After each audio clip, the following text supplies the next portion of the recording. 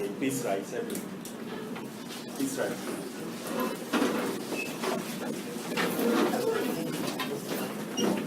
Okay, let's start with the universal prayer. Bless us, Father, in patience and compassionate heart to help one another in this class. Bless us, Father, with the desire to be hardworking and to aim for excellence. Amen. Okay, let's be seated.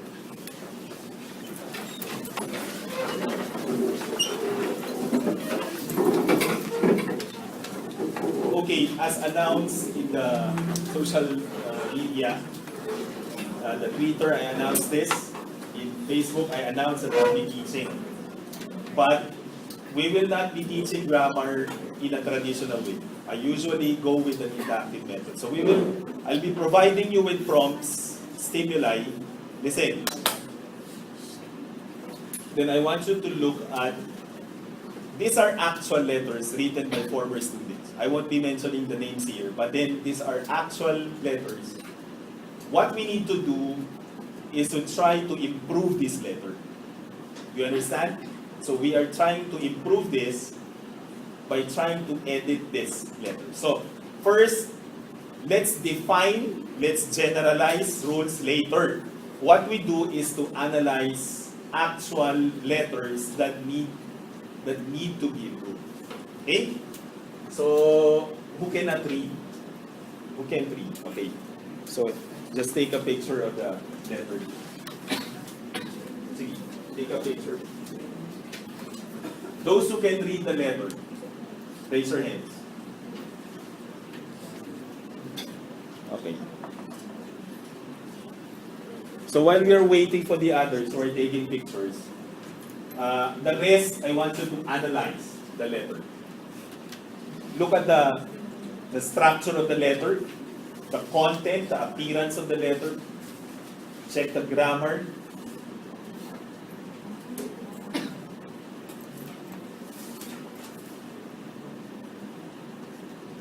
Okay, at this point, while you're reading this, try to recall what you have viewed in the video that I sent you. Right? Try to recall what you viewed in terms of principles, right?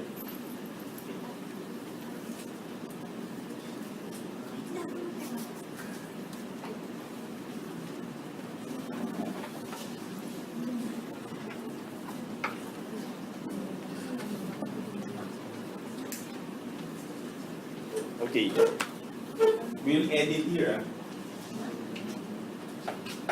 Okay, I'll call one or any volunteer. So whatever you see, anything that needs to be improved in this letter. Obviously, I put a comment, not a good introduction. So what is not good there?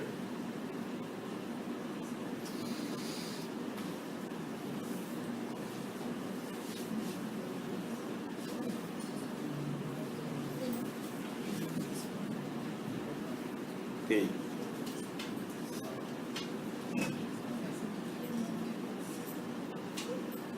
Okay, let's go for the content first because we're talking about grammar. So,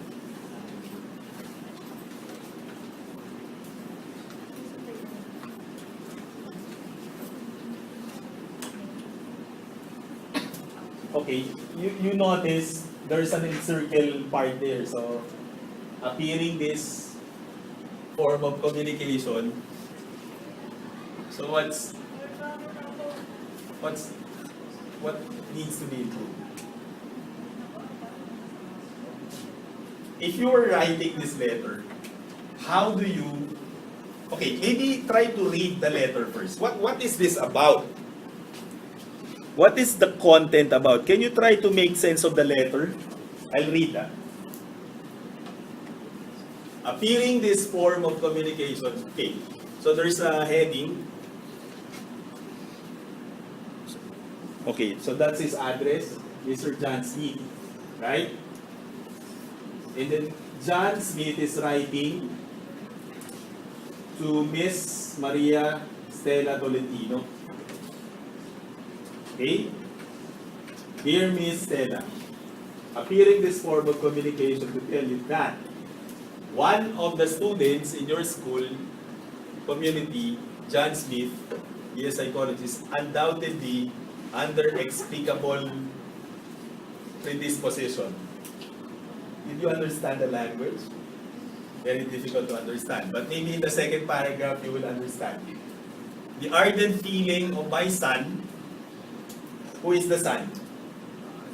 John Smith, okay? The ardent feeling of my son to work well and meet both ends on his academic seems to wane.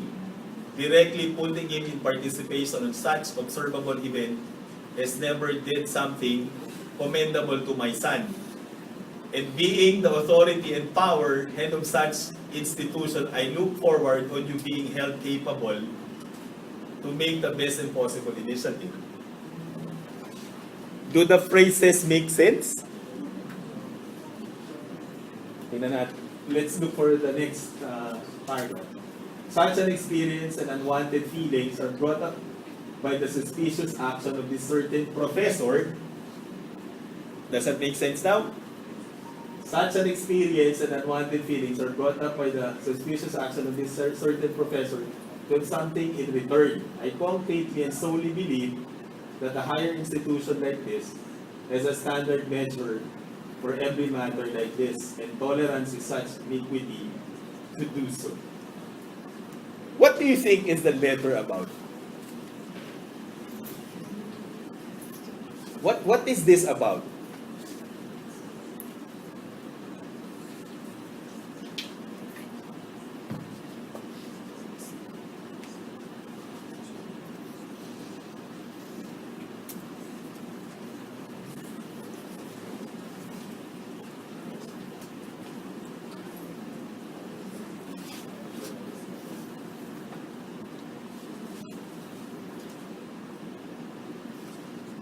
Okay, did the student understand the instruction? Because if maybe this will be you, alright? Maybe in this case, this letter, maybe this will be your case also. So in writing a letter, it's important to know what is the letter about. So what is this letter about? It seems like he is complaining of something, correct? Like if we will paraphrase the idea, try to make sense, it's like someone was hurt, correct? Someone was hurt, and then he is trying to complain about something. But then who is complaining about what?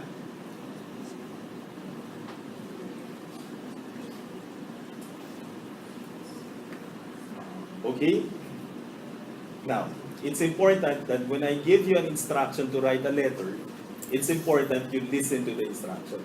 Because clearly here, it's very difficult to determine who was complaining, what was the complaint about, and who is the person he was complaining. Who is responsible for the complaint, correct? But then there's one word here that makes sense, correct? The suspicious action of this certain professor. Now, would you like to know what was the instruction here? The instruction is very simple. Write a complaint letter. This one is supposed to be the father who is writing. So John Smith is the father. Do you understand? Does that appear that he is the father complaining? We'll read. Appearing this form of communication to tell you that one of the students in your school referring to his son, correct? The ardent feeling of my son to work. So John Smith is the father writing a complaint about a certain professor who committed what? It could be a verbal harassment. Okay. So it's very difficult to improve this. If you were to improve this, how do we start writing the introduction? talking about the four maxims, correct? Quantity, quality, relation, and manner, correct? Quantity is what? Be brief. Is it brief? Somehow. Number 2, quantity, quality. What's quality? Huh? Be. What's quality? Open the notes. Quantity, be brief. Avoid saying things. Quantity. What's quality? Quality. Do not lie. Then, quantity, quality, relation, be relevant. And then, manner is avoid obscurity. This letter violates obscurity because it's really not clear, the words used are not really clear what was the complaint about. Who was responsible for the action committed against his son, correct? Now, the goal now is I want you to pair with your classmate and try to improve this letter. Let's say you're the one writing, you are the father, correct? You're the father writing for and behalf of your son. And you're writing, let's say, this is the counseling department, right? You're writing a letter seeking clarification of what happened, no? So how do you complain? How do you write a complaint letter addressed to an authority in the school? Okay?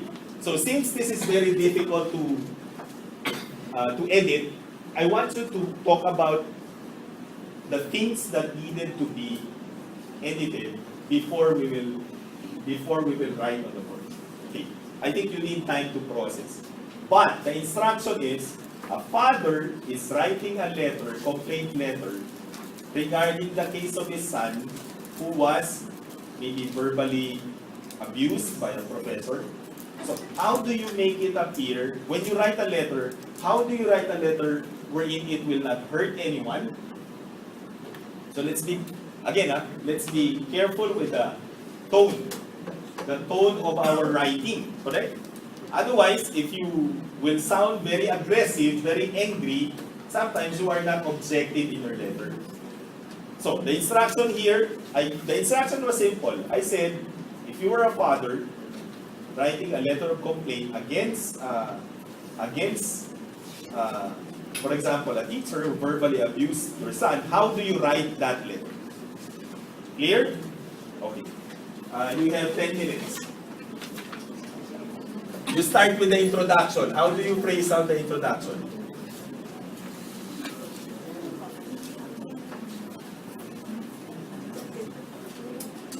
Not necessarily paper, just any piece of paper. This is just for discussion.